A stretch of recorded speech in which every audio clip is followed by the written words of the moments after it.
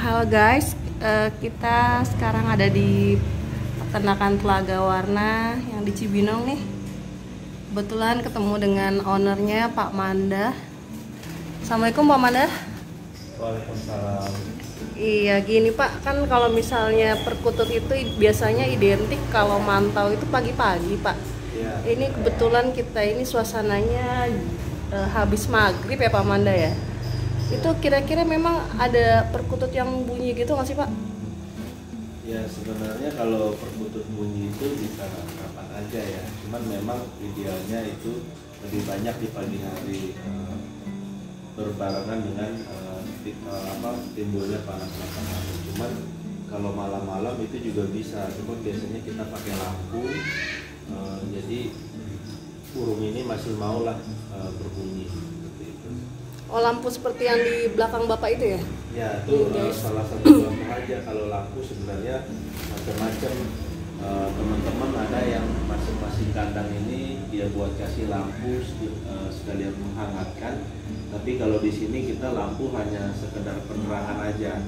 Jadi kalau ada yang bunyi itu bisa kelihatan. Biasanya buntutnya itu goyang-goyang. Nah di situ nanti kita bisa sekalian pantau kualitas suaranya.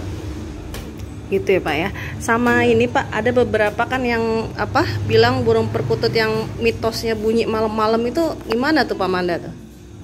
Kalau kita burung perkutut ini kan buat kesenangan ya. Kalau burung bunyi malam-malam itu sebenarnya saya pribadi kurang paham. Tapi kalau dia bunyi sih ya yang jelas hati kita senang. Karena di rumah ini juga jam 12 malam tuh biasanya burung hampir bunyi. Jam 3, jam 5 tapi sih kalau kita sih hanya buat kesenangan aja. Kita nggak paham sih untuk mitos-mitos seperti itu. Oh, tapi malah jam 12 itu banyak yang bunyi Pak ya? Ya, apa karena sepi ya? Banyak yang bunyi dan biasanya suaranya lebih jelas. Kadang-kadang kalau kita lagi di rumah itu kita juga sering kaget yang mana itu yang bunyi. Karena suaranya lebih bersih gitu, mungkin karena tidak ada kendaraan yang lalu lalang dan suasana juga lebih hening. Jadi memang mantau malam-malam itu jauh lebih mengasihkan daripada siang atau pagi hari. Oh gitu ya, mungkin dari sisi suara juga lebih bergema ya Pak ya? Ya kalau di ruangan biasanya memang suara burung lebih bergema dibanding di luar ruangan.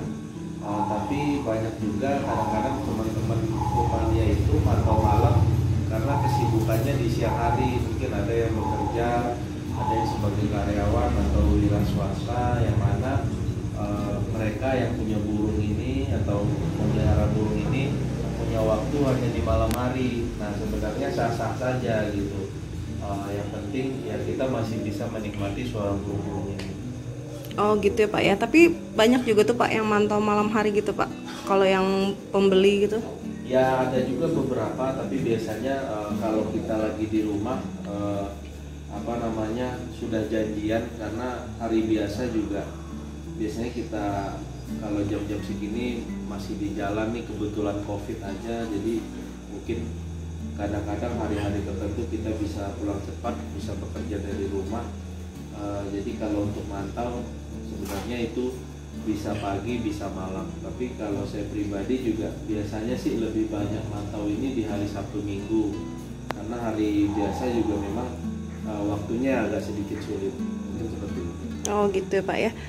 Kendalanya apa sih Pak kira-kira kalau piara perkutut itu? Ini perkutut Bangkok ya Pak jenisnya ya? Ini perkutut Bangkok semua yang kita kembangkan.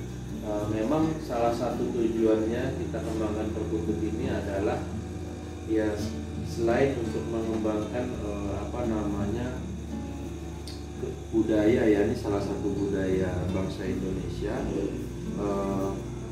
Kita juga mungkin burung-burung ini bisa memberikan ketenangan karena di sela-sela aktivitas sehari-hari yang mungkin kita penuh kejenuhan, stres.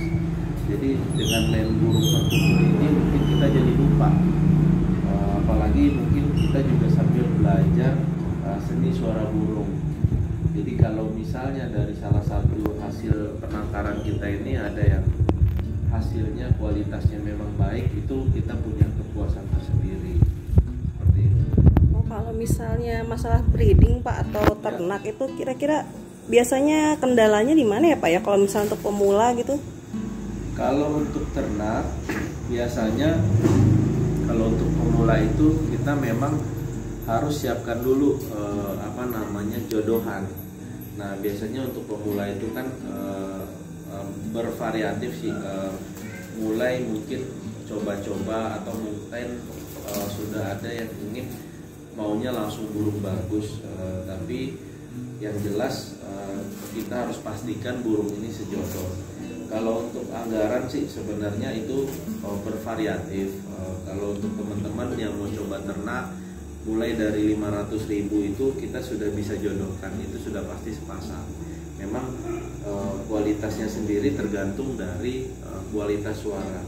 Tapi artinya di sini yang kita pastikan burung ini benar-benar satu jodoh, dan kita berikan media yang tepat.